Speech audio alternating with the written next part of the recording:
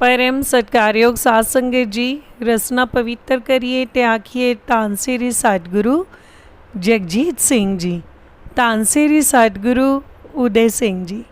साध संगत जी, आज दी साखी है।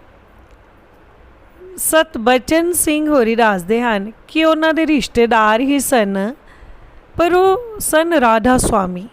उन्हां दे घर खून दे छिट्टे पैंदे सन। उन्होंने सतबचन सिंह नूं आख्या कि जे तुसी इजाजत देवो तां असी भी इत्थे आ जाया करिए भजन करन वास्ते।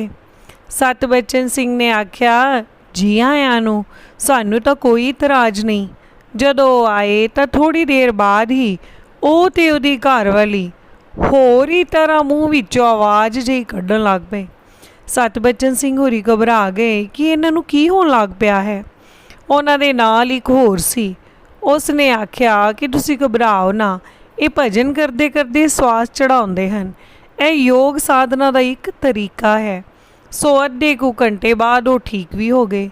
ਫਿਰ ਉਹਨਾਂ ਨੇ ਆਪ ਹੀ ਦੱਸਿਆ ਕਿ ਇੱਥੋਂ ਕੁ ਤੱਕ ਤੇ ਅਸੀਂ ਪਹੁੰਚ ਹੀ ਗਏ ਹਾਂ, पर उन्होंने अपने घर चरण पाउण ते हवन करन दी मंग रखी, क्योंकि घर खून दे छिट्टे जो पैंदे सन। सतबचन सिंह अंदरों डर गया कि भूता प्रेता दा काम है, किते उन्हां दुआले ही भूत प्रेत ना हो जाण। पर किरपा सतगुर जी दी, ਇਹ होर नामधारी संत सन। एक होर नामधारी संत सन। श्री सागू प्रताप सिंह जी की किरपा नाल वो सिख सज्जे होए सन। ਉਹਨਾਂ ਨੂੰ ਵੀ ਸੱਦਿਆ ਅਤੇ ਗਏ ਉਹਨਾਂ ਦੇ ਘਰ ਹਵਨ ਕਰਨ। ਫਿਰ ਹਵਨ ਵੀ ਬਿਨਾਂ ਕਿਸੇ ਲਾਲਚ ਦੇ ਹੀ ਕਰਨਾ, ਘਿਓ ਵੀ ਘਰੋਂ ਲੈ ਕੇ ਜਾਣਾ, ਹਵਨ ਕੁੰਡ ਵੀ ਨਾਲ ਰੱਖਣਾ। ਘਰ ਵਾਲਿਆਂ ਨੂੰ ਸਿਰਫ ਪਤਾ ਉਦੋਂ ਲੱਗਣਾ ਜਦੋਂ ਹਵਨ ਵੀ ਹੋ ਜਾਣਾ।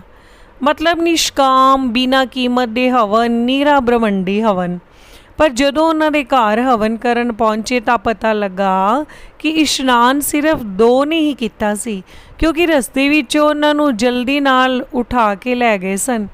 पर जिस सिख दे घर गए उस आख्या कि मेरे घर 4 बाथरूम ने, कछहरे साडे कोल हैन, क्योंकि असी भी सिख हाँ, कछहरे लो ते इशनान करो।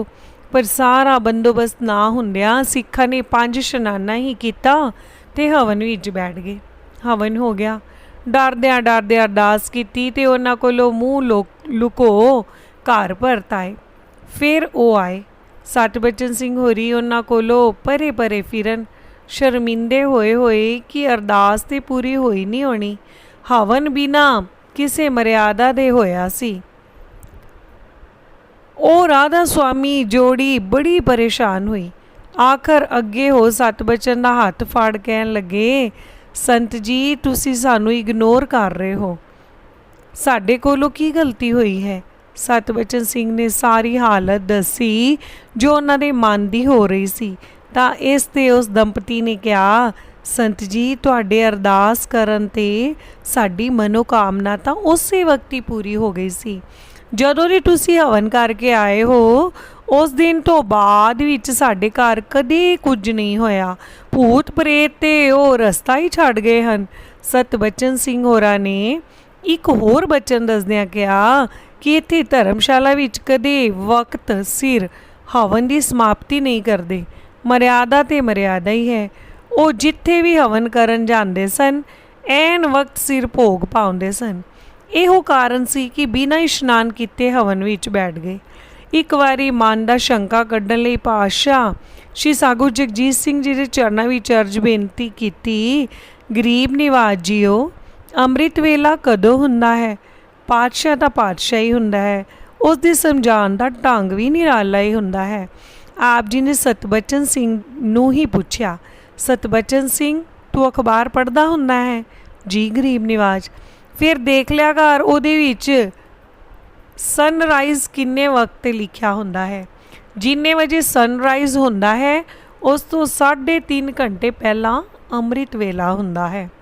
वाह बख्शिश सतगुर जी दी, समझाउण दा ढंग नहीं रीसां तेरियां, धन सतगुर जगजीत सिंह जी।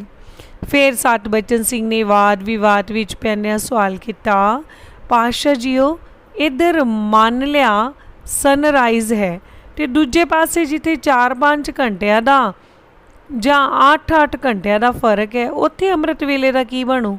ਤਾਂ ਪਾਤਸ਼ਾਹ ਜੀ ਹੁਕਮ ਕੀਤਾ, ਨਹੀਂ ਇੱਥੇ ਇਹ ਤੇਰੇ ਲਈ ਸਨਰਾਈਜ਼ ਹੈ। ਵਾਹ, ਨਹੀਂ ਰੀਸਾਂ ਤੇਰੀਆਂ। ਸੋ ਸਤਬਚਨ ਸਿੰਘ ਹੋਰੀ ਉਹਨਾਂ ਦਿਨਾਂ ਵਿੱਚ ਸਨਰਾਈਜ਼ ਤੇ ਅੰਮ੍ਰਿਤ ਵੇਲੇ ਤੇ ਪੂਰੀ ਤਰ੍ਹਾਂ ਚੱਲਦੇ ਸਨ। ਸੋ ਉਸ ਰਾਧਾ ਸੁਆਮੀ ਦੰਪਤੀ ਨੇ ਦੱਸਿਆ ਕਿ ਜਿਸ ਦਿਨ ਤੁਸੀਂ ਹਵਨ ਕਰਕੇ ਗਏ, ਉਹਨਾਂ ਦੇ ਘਰੋਂ ਬੜੀ ਸੋਹਣੀ ਸੁਗੰਧੀ ਜਿਹੀ ਆਉਣ ਲੱਗ ਪਈ। ਸਤਬਚਨ ਸਿੰਘ ਨੇ ਉਹਨਾਂ ਦੀ ਗੱਲ ਕੱਟੀ ਤੇ ਕਿਹਾ, ਸੁਗੰਧੀ ਦੀ ਕਿਹੜੀ ਗੱਲ ਹੈ? ਸੁਗੰਧੀ ਤੇ ਆਪੇ ਹੀ ਆਉਣੀ ਸੀ, ਕਿਉਂਕਿ ਜਿਹੜੀ ਸਮੱਗਰੀ ਹਵਨ ਵਿੱਚ ਬਲਦੀ ਹੈ ਉਸ ਵਿੱਚ ਸੁਗੰਧੀ ਹੁੰਦੀ ਹੈ। ਉਹਨਾਂ ਆਖਿਆ, ਨਹੀਂ ਨਹੀਂ, ਉਹ ਸੁਗੰਧੀ ਹੋ ਰਹੀ ਸੀ। ਕਹਿੰਦੇ ਹਨ, ਜਦੋਂ ਕੋਈ ਮਹਾਤਮਾ ਵੱਡਾ ਸਾਧ ਭਜਨ ਬੰਦਗੀ ਵਾਲਾ ਚੜ੍ਹਾਈ ਕਰ ਜਾਂਦਾ ਹੈ ਤਾਂ ਉਸ ਦੇ ਸਰੀਰ ਵਿੱਚੋਂ ਵੀ ਇੱਦਾਂ ਦੀ ਵਧੀਆ ਸੁਗੰਧੀ ਆਉਂਦੀ ਹੈ। ਫਿਰ ਉਹਨਾਂ ਨੇ ਅਰਜ਼ ਕੀਤੀ ਕਿ ਜਦੋਂ ਸਤਿਗੁਰੂ ਜੀ ਆਉਣ ਤਾਂ ਸਾਡੇ ਘਰ ਵੀ ਚਰਨ ਜ਼ਰੂਰ ਪਾਉਣ। ਉਹਨਾਂ ਦਾ ਵੀ ਲਿਸਟ ਵਿੱਚ ਨਾਮ ਲਿਖਿਆ ਗਿਆ, ਪਰ ਨਾਮ ਅਖੀਰ ਵਿੱਚ ਸੀ। ਸਾਰਿਆਂ ਦੇ ਘਰ ਚਰਨ ਪੈ ਗਏ। ਸਤਬਚਨ ਸਿੰਘ ਨੇ ਝੂਠ ਬੋਲਦੇ ਅਰਜ਼ ਕੀਤੀ, ਪਾਤਸ਼ਾਹ ਜੀਓ, ਆ ਇੱਕ ਘਰ ਚਰਨ ਪਾਉਣ ਲਈ ਰਹਿ ਗਿਆ ਹੈ, ਨੇੜੇ ਹੀ ਹੈ, ਪਰ ਘਰ ਦੂਰ ਸੀ। ਪਾਤਸ਼ਾਹ ਜੀ ਨੇ ਰਸਤੇ ਵਿੱਚ ਹੀ ਹੁਕਮ ਕੀਤਾ, ਦੇਰ ਹੋ ਗਈ ਹੈ, ਪਿੱਛੇ ਨਿਤਨੇਮ ਦੀ ਅਰਦਾਸ ਤਾਂ ਕਰਾ ਛੱਡਣੀ ਸੀ। ਫਿਰ ਉਹਨਾਂ ਦੇ ਘਰ ਭਾਈ ਸੋਭਾ ਸਿੰਘ ਹੋਰਾਂ ਦੀਆਂ ਬਣੀਆਂ ਹੋਈਆਂ ਬੜੀਆਂ ਸੋਹਣੀਆਂ ਗੁਰੂ ਨਾਨਕ ਦੇਵ ਜੀ ਦੀਆਂ, ਗੁਰੂ ਗੋਬਿੰਦ ਸਿੰਘ ਜੀ ਦੀਆਂ ਫੋਟੋਆਂ ਲੱਗੀਆਂ ਹੋਈਆਂ ਸਨ। ਪਾਤਸ਼ਾਹ ਜੀ ਨੇ ਚਰਨ ਪਾਏ, ਹੁਕਮ ਕੀਤਾ, ਇੱਥੇ ਸ਼੍ਰੀ ਸਤਿਗੁਰੂ ਰਾਮ ਸਿੰਘ ਜੀ ਦੀਆਂ ਫੋਟੋਆਂ ਲਗਾਓ। ਪਾਤਸ਼ਾਹ ਜੀ ਬਾਹਰ ਆ ਗੱਡੀ 'ਤੇ ਸਵਾਰ ਹੋ ਕੇ ਚਲੇ ਗਏ। ਦੂਜੀ ਗੱਡੀ ਵਿੱਚ ਜਦੋਂ ਸਤਬਚਨ ਸਿੰਘ ਹੋਰੀ ਬੈਠਣ ਲੱਗੇ ਤਾਂ ਉਸ ਸਿੱਖ ਨੇ ਆ ਕੇ ਫੜ ਲਿਆ, ਕੁੜਤੇ ਤੋਂ ਖਿੱਚ ਗੱਡੀ 'ਚ ਉਤਾਰ ਲਿਆ। ਕਹਿਣ ਲੱਗਾ, ਆਓ ਮੇਰੇ ਘਰ, ਤੁਸੀਂ ਕਹਿੰਦੇ ਸੋ ਸਮੱਗਰੀ ਦੀ ਸੁਗੰਧੀ ਹੈ, ਇੱਥੋਂ ਸਾਰੇ ਘਰ ਵਿੱਚੋਂ ਕਿੱਦਾਂ ਦੀ ਖੁਸ਼ਬੂ ਆ ਰਹੀ ਹੈ।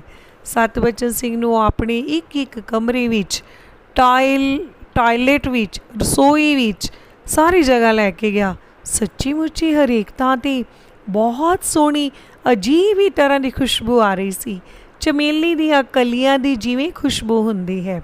ਫਿਰ ਉਹ ਕਹਿਣ ਲੱਗਾ ਕਿ ਹਵਨ ਵਾਲੇ ਦਿਨ ਇਸੇ ਤਰ੍ਹਾਂ ਦੀ ਹੀ ਖੁਸ਼ਬੂ ਆ ਰਹੀ ਸੀ। ਕਹਿੰਦੇ ਹਨ ਕਿ ਰੰਧਾਵਾ ਜੀ ਜਦੋਂ ਕੈਲੀਫੋਰਨੀਆ ਗਏ ਤਾਂ ਉੱਥੇ ਪਰਮਹੰਸ ਜੀ ਚੜ੍ਹਾਈ ਕਰ ਗਏ ਸਨ। ਉੱਥੇ ਉਹਨਾਂ ਨੇ ਉਹਨਾਂ ਦਾ ਮ੍ਰਿਤਕ ਸਰੀਰ ਬਿਨਾਂ ਕੁਝ ਲਾਏ ਰੱਖਿਆ ਹੋਇਆ ਸੀ ਅਤੇ ਕਹਿੰਦੇ ਹਨ ਕਿ ਉਹਨਾਂ ਦੀ ਦੇਹ ਵਿੱਚੋਂ ਵੀ ਇੱਦਾਂ ਦੀ ਹੀ ਖੁਸ਼ਬੂ ਆ ਰਹੀ ਸੀ।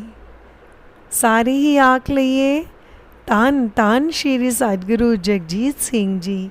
ਉਹਨਾਂ ਦੇ ਚਰਨਾਂ ਵਿੱਚ ਸਾਡੀ ਅਨੇਕਾਂ ਵਾਰ ਡੰਡੌਤ ਬੰਦਨਾ ਹੈ।